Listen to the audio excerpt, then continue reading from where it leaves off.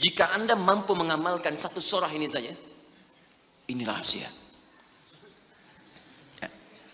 Inilah rahasia. Ada seorang sahabat, hadisnya sahih, dikutip kemudian oleh Sayyid Qutb juga dalam kitabnya Al-Aqaid Al-Islamiyah. Syekh Muhammad Nasiruddin Al-Albani pun mensahihkan hadis ini. Ketika Nabi selesai kemudian menunaikan salat, terdengar seseorang berdoa. Perhatikan doanya. Doanya menggunakan pembuka surat Al-Ikhlas.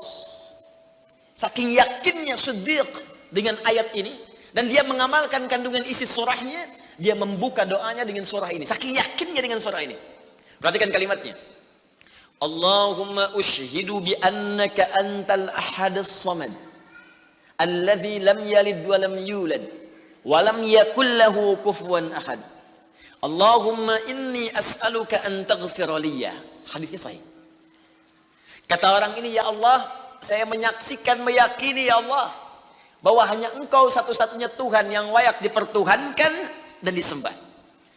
Aku meyakini bahwa satu-satunya Engkau adalah Tuhan yang menjadi tumpuan dalam setiap permohonan.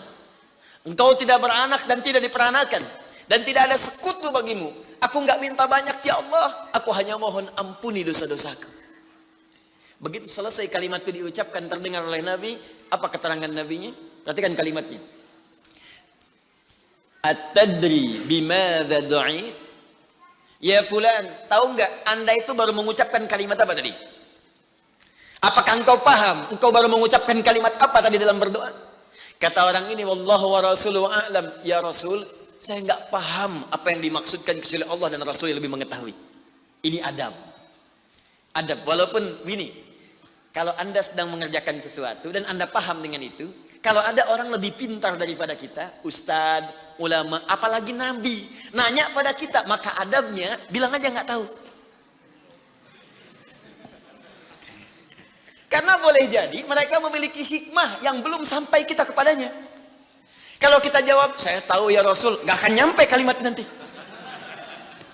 Ya. Jadi kalau Anda sedang mengerjakan sesuatu, zikir misalnya, la ilaha illa anta subhanaka inni kuntu minadh dhalimin. Tanya ustaz, datang ustaz, masya Allah pak, zikirnya bagus banget. Tahu nggak maksudnya? Tahu, lewat tuh ustaz udah. Bilang aja belum ustaz, Allah Rasulullah alam. Oh begitu. Kalau belum kenapa dibaca? Ya saya pernah dengar saja, maka diterangkan. Begini maksudnya pak, begini. Anda dapat ilmu baru. Makanya sahabat seringkali kalau ditanya Rasulullah, bilangnya Allah Rasulullah alam. Allah Rasulullah alam.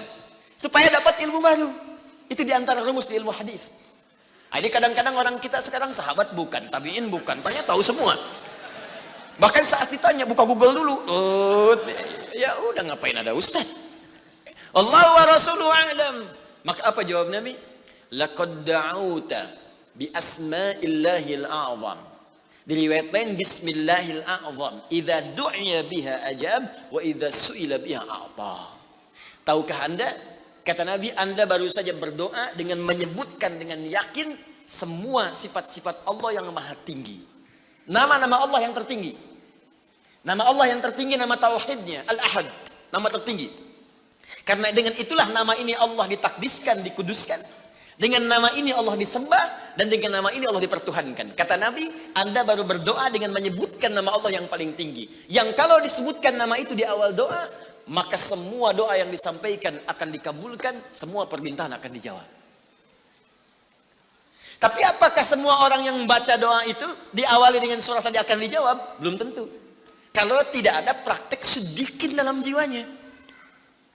Orang dulu minta dijawab, orang sekarang sama kalimatnya. Usyhadu bi annaka antallahul ahad, as-samad, alladzi lam yalid wa lam yulad wa lam yakul lahu kufuwan ahad. Ya Allah, lancarkan rezeki saya. Tetap aja lambat dari atas.